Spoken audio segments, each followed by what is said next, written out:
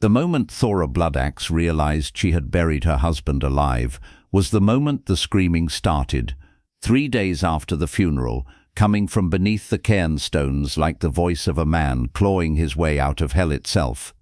She stood in her farmyard at dawn, feeding the chickens, when the sound reached her, faint but unmistakable, a hoarse cry that made her blood turn to ice water in her veins. For a heartbeat she stood frozen, her mind refusing to accept what her ears were telling her. Then she was running, her skirts hiked to her knees, her heart hammering against her ribs, racing toward the burial mound on the hill where 3 days ago she had laid her husband Gunnar to rest with all the proper rites and honors befitting a warrior of his reputation. The chickens scattered, squawking their protest, but Thora did not hear them. All she could hear was that terrible voice, growing stronger now, more desperate, screaming her name from beneath 2 tons of carefully stacked stones. Gunnar had collapsed 4 days ago while working in the fields, had fallen face first into the furrow he was ploughing, his body convulsing once and then going completely still. Thora had run to him, had turned him over, had pressed her ear to his chest, listening for a heartbeat, and heard nothing. His skin had been cold, his lips blue, his eyes fixed and staring at nothing. The village healer, old Ragnhild, had examined him and pronounced him dead, likely from a seizure of the heart, the kind that struck men down without warning in their prime. Gunnar was only 38 winters old, strong as an ox, seemingly healthy. But death came when it came, and no amount of strength or youth could turn it aside when the Norns cut a man's thread. They had prepared his body according to tradition, washed him, dressed him in his finest clothes, placed his sword and shield beside him, surrounded him with the goods he would need for the journey to the afterlife. They had built the funeral pyre in the old way, laid Gunnar upon it, but at the last moment before lighting the flames, Thora had stopped them. She could not say why, could not explain the terrible certainty that had gripped her, but something in her refused to let them burn him. Instead, she had insisted on burial, had her sons and the other men of the village construct a traditional stone cairn, a great mound that would mark Gunnar's resting place for generations. The village had thought it strange, but they had honored her wishes, and 2 days of hard labor had seen the cairn completed, a mountain of stones beneath which Gunnar lay in a wooden chamber, sealed away from the world. Now, 3 days later, that sealed chamber was screaming. Thora reached the cairn, gasping for breath. Her mind a chaos of impossible thoughts.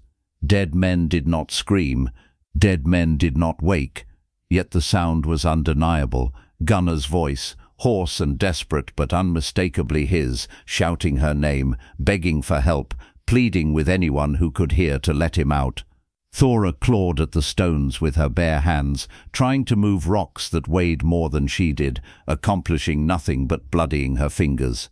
She screamed for help, her voice carrying down the hill to the farmstead, and within minutes her 2 sons came running, followed by neighbors who had heard the commotion. "Mother, what is happening?" Eric, her eldest at 16, grabbed her shoulders, tried to pull her away from the cairn. "Why are you tearing at father's grave? He is alive," Thora shouted, her voice breaking with hysteria and hope and terror. "He is alive down there. Listen, can you not hear him?" They fell silent, and in that silence the screaming came again, muffled by stone and wood, but clear enough that everyone heard it, clear enough that faces went white with shock and fear. For a moment, no one moved, paralyzed by the impossibility of what they were witnessing. Then Eric and his younger brother Knut began tearing at the stones, joined by the neighbors, all of them working with frantic energy to dismantle what had taken 2 days to build. The stones came away slowly, agonizingly slowly, each one requiring multiple men to shift, but gradually they made progress, working down through the layers toward the burial chamber beneath. It took 4 hours of exhausting labor to reach the chamber, to pry away the final stones and reveal the wooden door that sealed Gunnar's tomb. They could hear him clearly now, his voice reduced to a rasping whisper, still calling for Thora, still begging for release. Eric grabbed a pry bar and wrenched the door open, and the stench that rolled out made everyone gag and step back.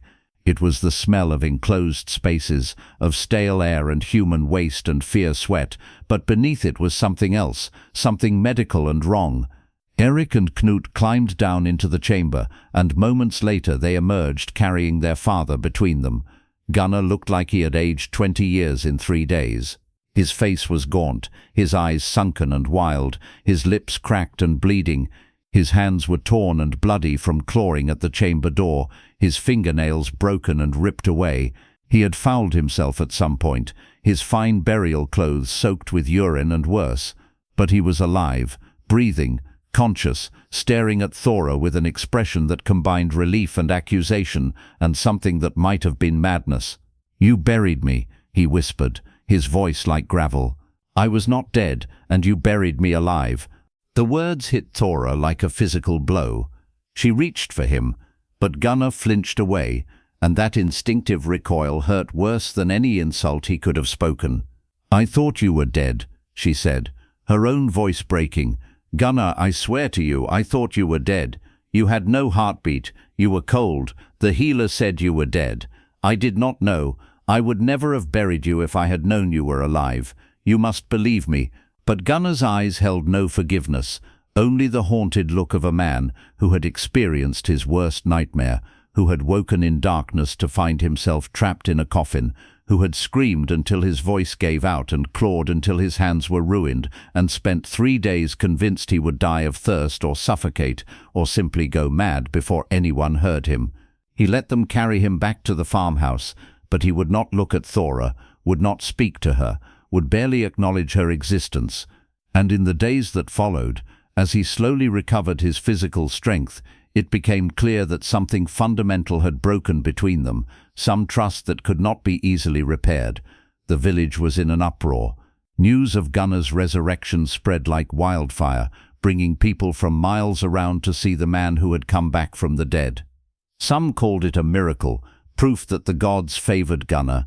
Others whispered darker things, suggested that perhaps he had not been wholly alive when they buried him, but not wholly dead either, that he existed now in some liminal state between worlds.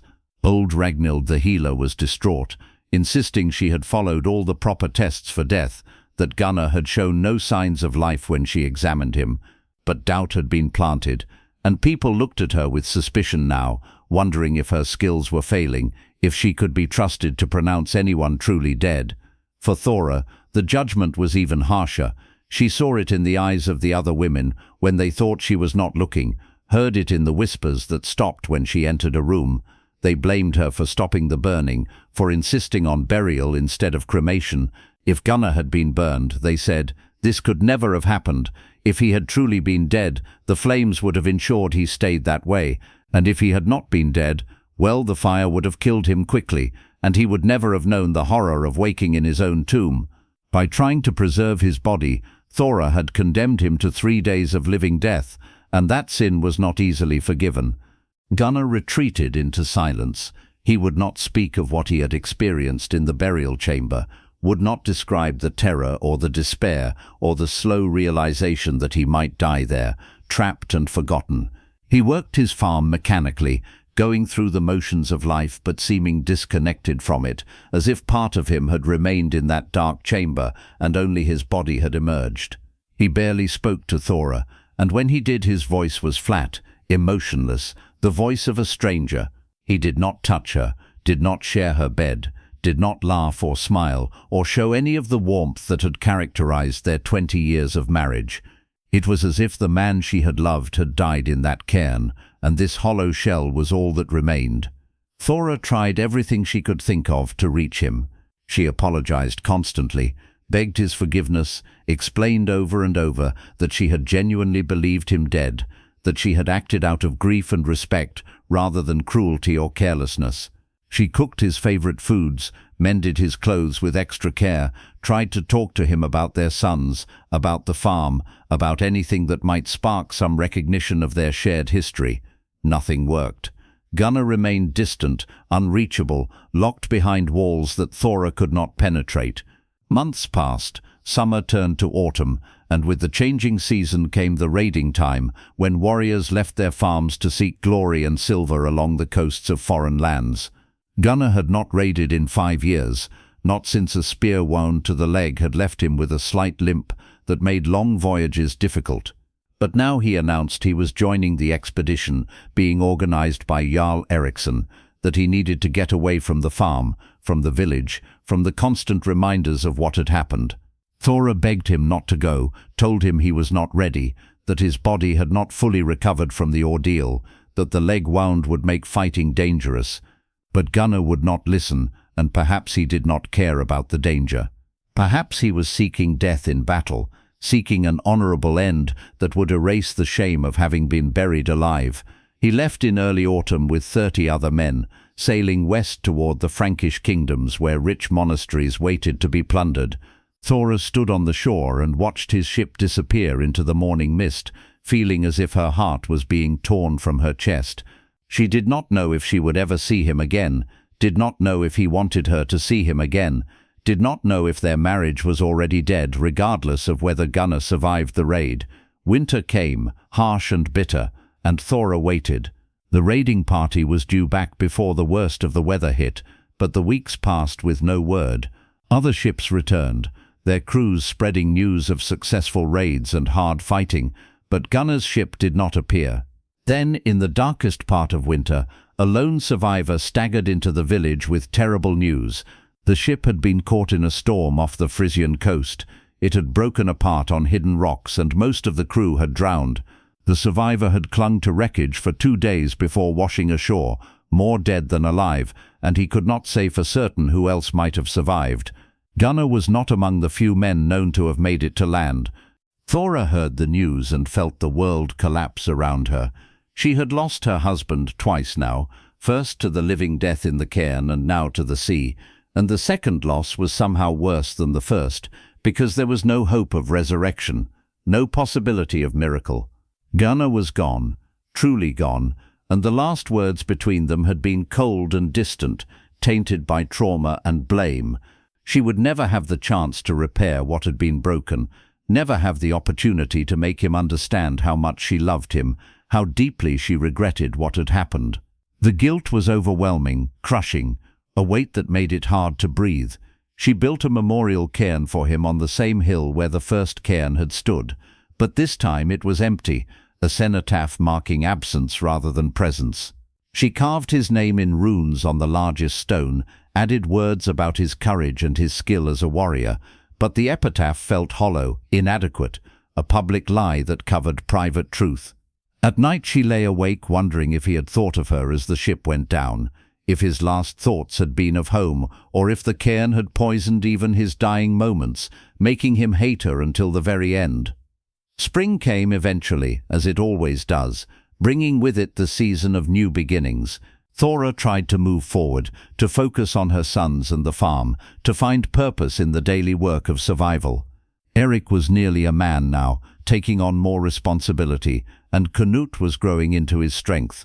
They needed her, depended on her, and she could not afford to collapse beneath her grief, no matter how much she wanted to, so she rose each morning and did what needed doing, functioning through sheer force of will, even when her heart felt like a stone in her chest.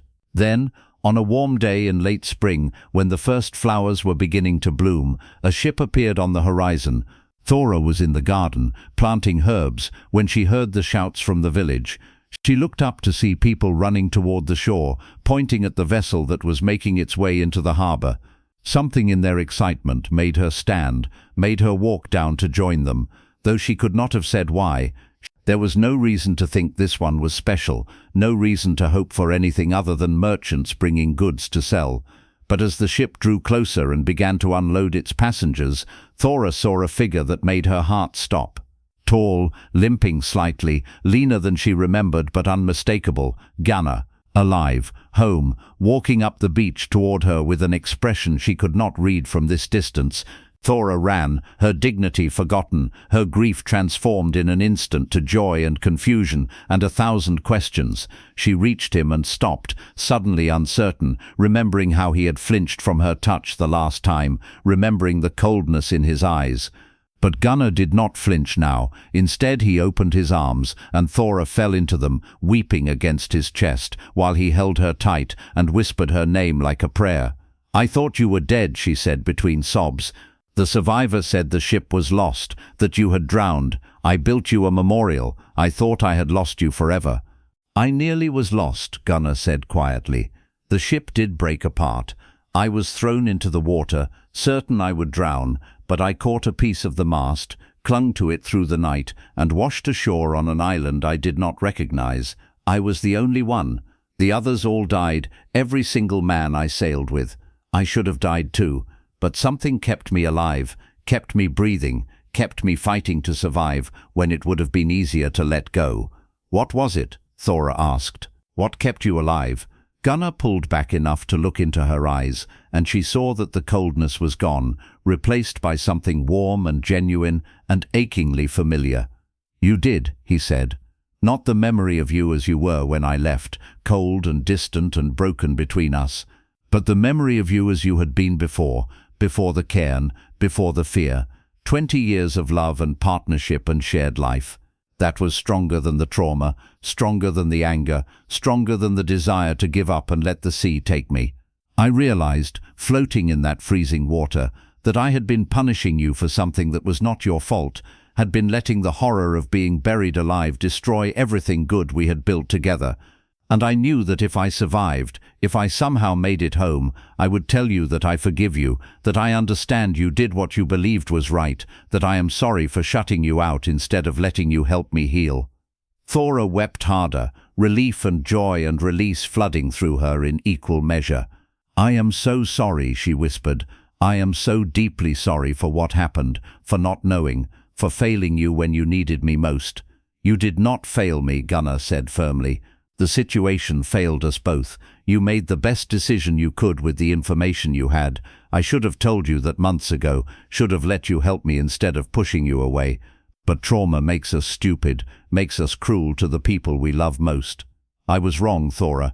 I was wrong to blame you, wrong to shut you out, wrong to leave without making peace between us. Can you forgive me?" "There is nothing to forgive," Thora said, and meant it with her whole heart. "You are home. You are alive. That is all that matters." They walked back to the farmhouse together, Gunnar leaning on her slightly, favoring his bad leg that had been injured again in the shipwreck. Eric and Knut came running, shouting their joy, embracing their father with the abandon of young men who had thought themselves orphaned. The neighbors gathered, marveling at this second resurrection, whispering that surely Gunnar was blessed by the gods to have survived both burial and drowning. And perhaps he was blessed, Thora thought, or perhaps he was simply stubborn, too tough to die, too determined to live. Either way, she had him back, and she would not waste this second chance. The years that followed were not perfect, but they were good, marked by a deeper appreciation for life and each other than they had known before. Gunnar never fully recovered from the psychological trauma of the cairn, still suffered nightmares sometimes, still had moments of panic in enclosed spaces, but he learned to live with it, and Thora learned to help him through the dark times without judgment or impatience. They grew old together, watching their sons marry and have children, watching their farm prosper, watching the seasons turn through comfortable routine. When death finally came for Gunnar, nearly 30 years after his first burial, it was peaceful, in his own bed, with Thora holding his hand and his family surrounding him with love. This time, they burned him. Thora insisted on it, and no one argued. The funeral pyre blazed through the night, and Thora stood watching until the flames died to embers, until she was certain that Gunnar was truly gone, that there would be no third resurrection, no more impossible returns. Then she scattered his ashes on the hill where 2 cairns stood, one that had held him living and one that had held nothing but memory, and she carved new runes on the memorial stone, words that told the truth of his life. Gunnar Thorason, who died twice and lived 3 times, who was strong enough to forgive, wise enough to accept forgiveness, and brave enough to love despite fear. May we all face death with such courage and life with such grace. The story of Gunnar's 2 deaths and 2 resurrections became legend, told around fires across the north for generations. Some versions emphasized the miracle, the divine intervention that kept him alive against impossible odds. Others focused on the horror, using the tale as a warning about the dangers of premature burial. But the version Thora told her grandchildren, in her final years when she had grown old and grey and ready to join Gunnar in whatever lay beyond, emphasized something else: the power of forgiveness, the importance of not letting trauma destroy love, the truth that sometimes the hardest journey is not across the sea or into battle, but across the distance between two hearts that have been hurt and need to find their way back to each other. And that, she told them, was the real miracle worth remembering.